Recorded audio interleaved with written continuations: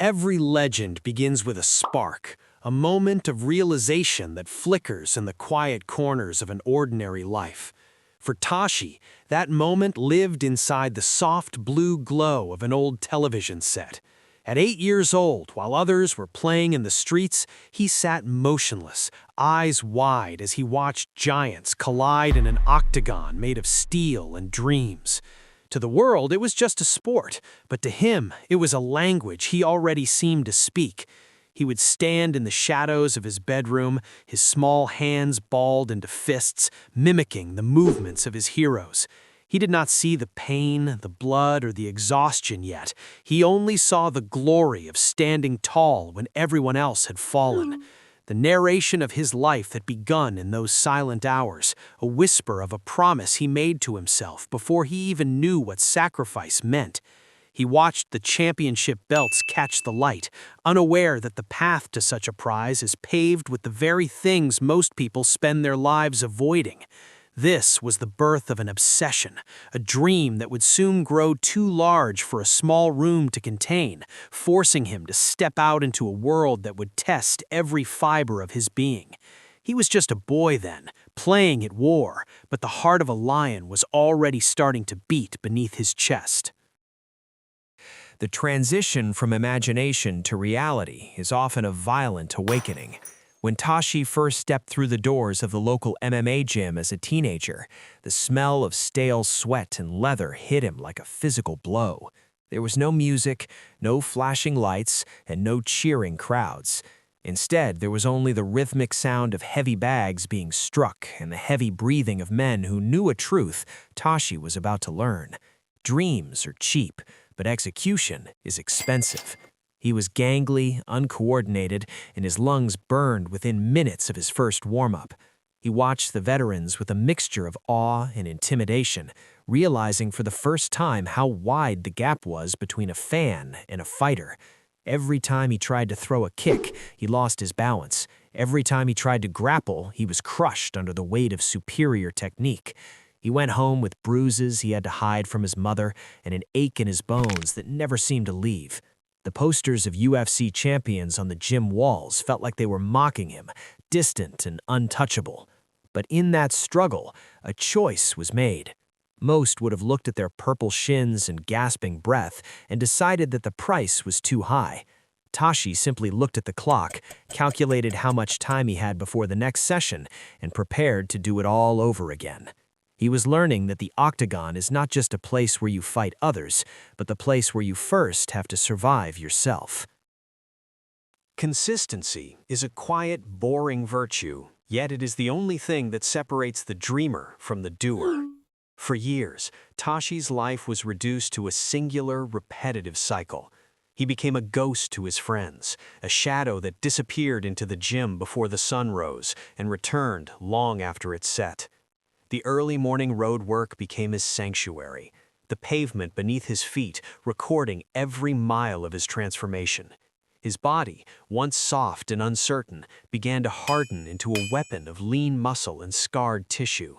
He spent thousands of hours on the mats, drilling the same basic movements until they were no longer conscious thoughts but involuntary instincts.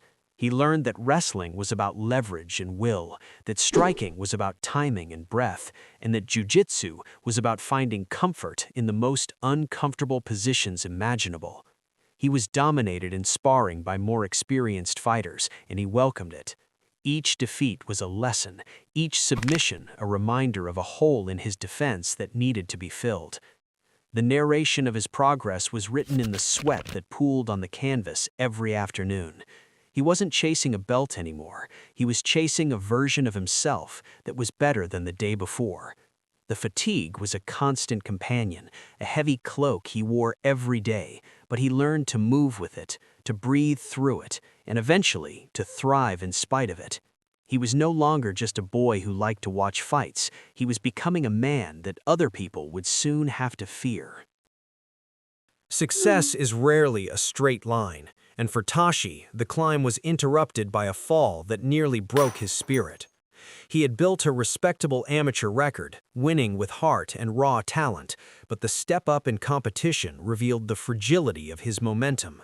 A devastating loss in a regional tournament left him with a shattered jaw and a heart full of doubt. Lying in a hospital bed, the lights of the UFC felt further away than they did when he was 8 years old. The silence of the recovery room was louder than any crowd he had ever faced.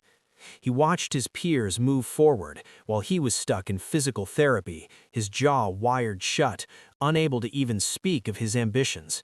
He began to wonder if he was chasing a ghost, if he was just another kid with a dream who didn't quite have what it takes.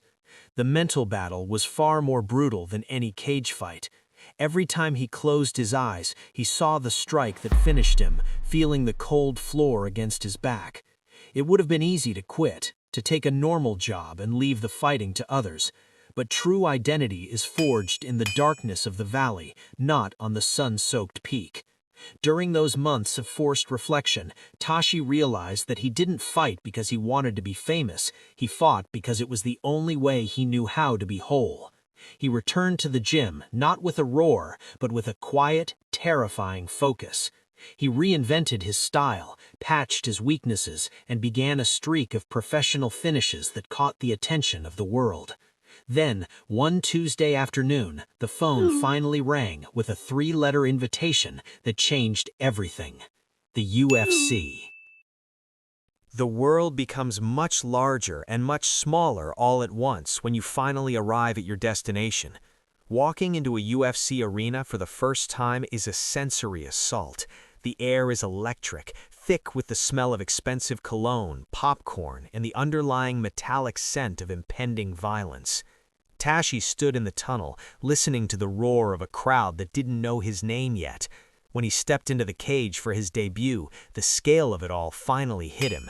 The lights were brighter, the canvas was firmer, and the man standing across from him was a professional killer who had sacrificed just as much as he had.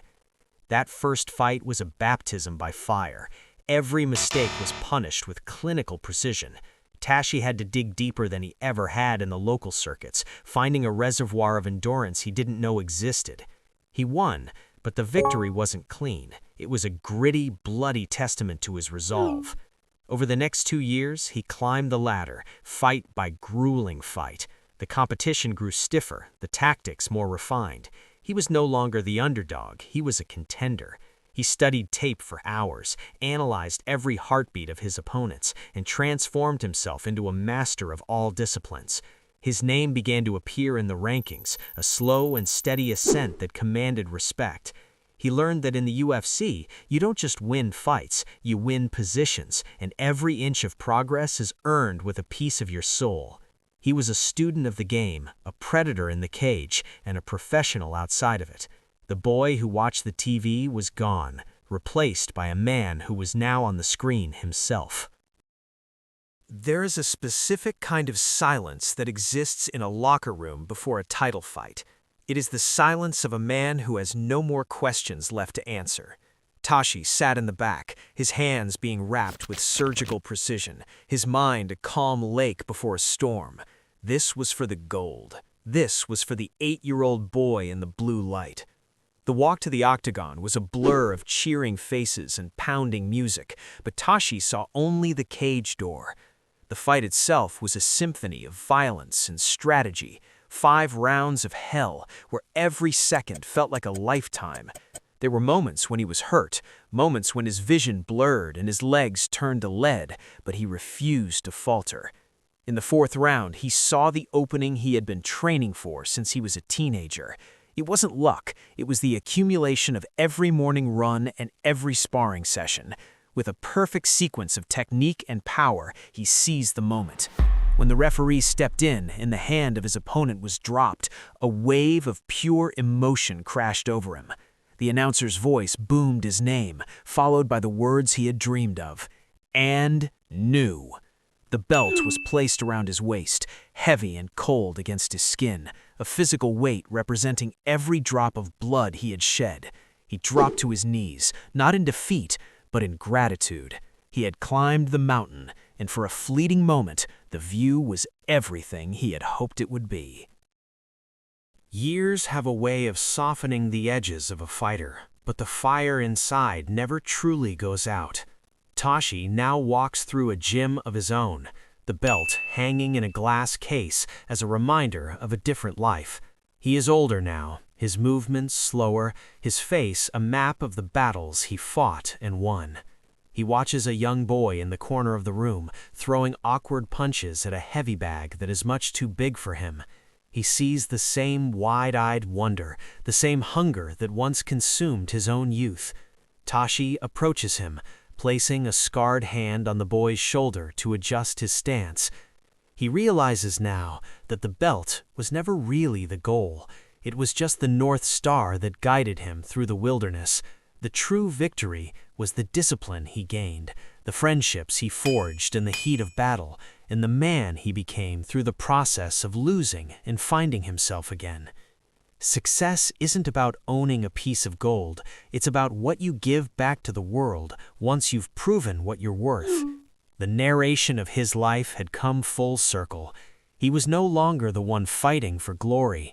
He was the one teaching others that greatness isn't a gift, it's a choice you make every single morning. The dream lives on, not in him, but in the next generation. And as he watches the boy strike the bag, he knows the journey was worth every single second.